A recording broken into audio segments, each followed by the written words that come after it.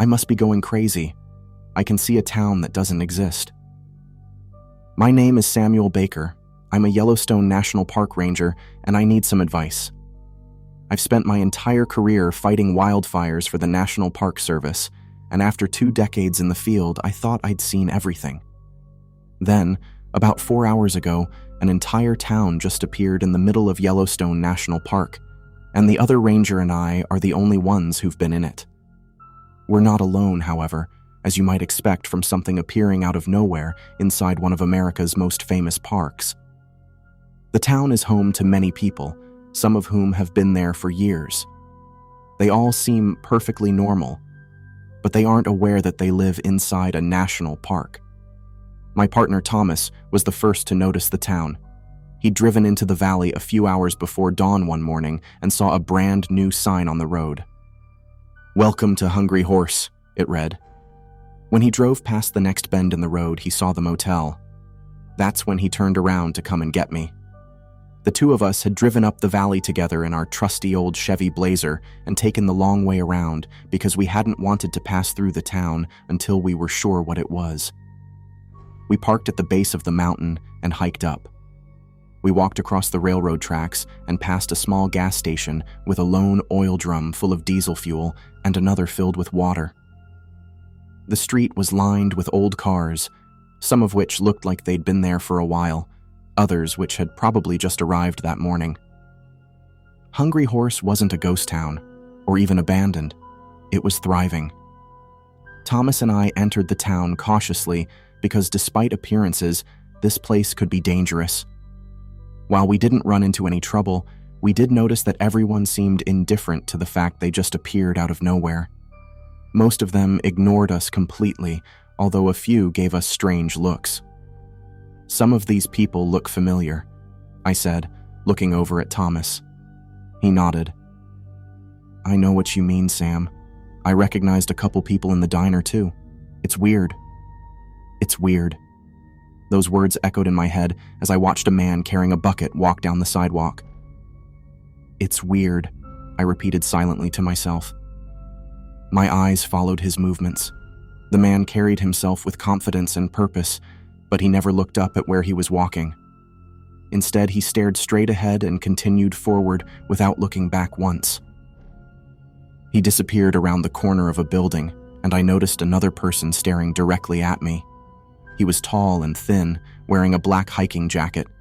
His face was pale, and he was bald. He was standing in the doorway of a small coffee shop. He reminded me of the missing hiker we had searched for last week. That's when I realized why I recognized some of the people here. They are all people who have vanished from national parks. That's how we found out that almost every single person in Hungry Horse had been reported missing from national parks. We spoke to everyone we could find. Some refused to talk, others were friendly enough, but none of them knew anything about why they were there. As far as they were concerned, they lived in Hungry Horse, Montana. They weren't sure exactly when they arrived there. A lot of them couldn't remember much before arriving in Hungry Horse. They also told us they'd been here for years. Many of them had been born and raised in the town and believed it was the real deal. They all knew the townsfolk by name and went to school with them. One woman, an older lady named Irene, told us that she had no idea that she'd been reported missing. She worked at the local hardware store and had been living in Hungry Horse for more than 45 years. "What about your husband?" I asked. "Do you have children? Grandchildren?" She shook her head. "Number, I've never married." "How do you feel about being here? Do you miss anywhere else? Your family, maybe?" Again, she shook her head. "Not really. This is my home." As far as she knew, this was the only home she'd ever known. I tried to ask if she missed her family, but she just smiled and told me that her family was right here in Hungry Horse, Montana. We thanked her and left the hardware store. Hopping back into our park ranger truck, we drove deeper into the town. "I really don't like this, Sammy," Thomas said. "I've had a feeling of being watched ever since we entered town." I looked over at him. He was staring at a man standing by a large semi-trailer outside the diner. The man was holding a jug of milk. I couldn't help but think of the hiker we'd found dead last week. Sam, are you listening to me? I snapped back to reality and looked at my partner. Thomas had started quivering in fear. Sorry, what did you say? I said, I think we should leave. I don't want to be here anymore. I looked around the town. There were so many people here. So many people who shouldn't be here. All of them were perfectly normal. Some of them even knew each other. How could there be so many people in a town that didn't exist? I agree. Let's go, I said. We drove away from the town and back to the ranger cabin. Thomas was still shaking. I'm going to call this in, he said. This whole thing is bullshit, but we better document it anyway. I mean, how could an entire town full of missing people just appear in the middle of Yellowstone? I nodded. Okay, I'll be in the cabin. I think I need some time to process all this shit. I sat down on the couch and closed my eyes. It all felt unreal. I kept thinking about the hiker we'd found out in the woods last week. He'd died while out on a hike in the wilderness. He'd been alone and confused, but I just saw him alive and well in a town that doesn't exist. I opened my eyes and looked around. I took in a deep breath and let it out. It smelled like wood smoke and pine. I stood up and started pacing the room. What am I supposed to make of all this? I asked myself. Is this some kind of sick joke? Did the government put a town in Yellowstone for some reason? What if it's not a town? Maybe it's a cover-up for something worse, I thought before zoning out. There was a knock on the door. It startled me out of my daydream. Come in, I yelled. Two men came inside, both dressed in black suits. Are you the one in charge here? One of them asked. I looked at him and nodded. The guy was wearing a badge on his chest and a gun on his hip. He looked like an FBI agent. I'm about to go and talk to them, and I don't know if they'll believe me. What the fuck do I do? First off, let me clarify some things from my first post. I was a wildland firefighter up until a year ago, when I decided I needed a change of pace. They weren't FBI agents. They said they were from a private company that deals with the otherworldly. I sat in front of the two men, waiting for them to start asking questions. So, do you know why I've been assigned to this case? The taller of the two said. You're the only one in the park who knows anything about this. I nodded. Thomas also knows, but I think you guys already know that. It's pretty weird. The town you described doesn't exist, not according to the GPS and satellite data. Yes, it does, I answered, surprised. It's a lie, the second man said. He had short blonde hair and wore glasses. We checked every single point on the map, every house, every business. There is nothing there. Bullshit! You can't tell me you've been everywhere in the park and haven't noticed it, I said angrily. When I first came to the park, I saw the sign for Hungry Horse. I thought it was a joke at first, but then I saw the motel, the gas station, the diner, the hardware store, and I saw the people inside them. The man with the glasses nodded slowly. But we've checked every inch of the surrounding area. We've looked at aerial photos, satellite images. We've even flown over the valley with a helicopter. Well, maybe you should have a look again. Maybe you missed something, I said defiantly. We did. There's nothing there. It's not possible. Do I have to fucking show you where it is myself? I asked. Both men exchanged glances. Then the shorter one nodded. Very well.